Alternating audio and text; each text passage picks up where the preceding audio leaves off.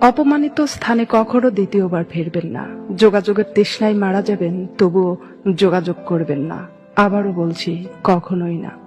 তিনজন মানুষকে কখনো বিশ্বাস করবেন না। 1, নিজের ছেলে মেয়েকে ছেড়ে চলে যাওয়া নারী। 2, বিশ্বাস ভেঙে চলে যাওয়া মানুষ।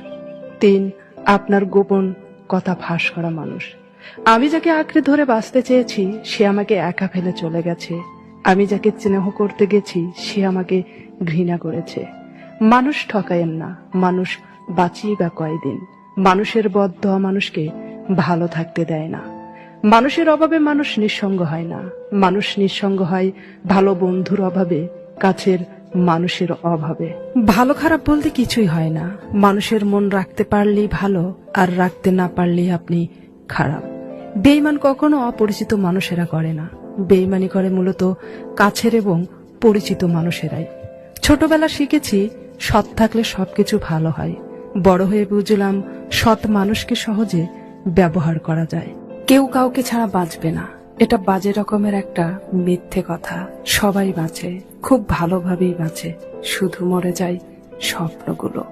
রাগ অভিমানের ভাষা যদি সবাই বুঝতো, তাহলে সম্পর্কগুলো কখনো বিচ্ছেদ হতো না।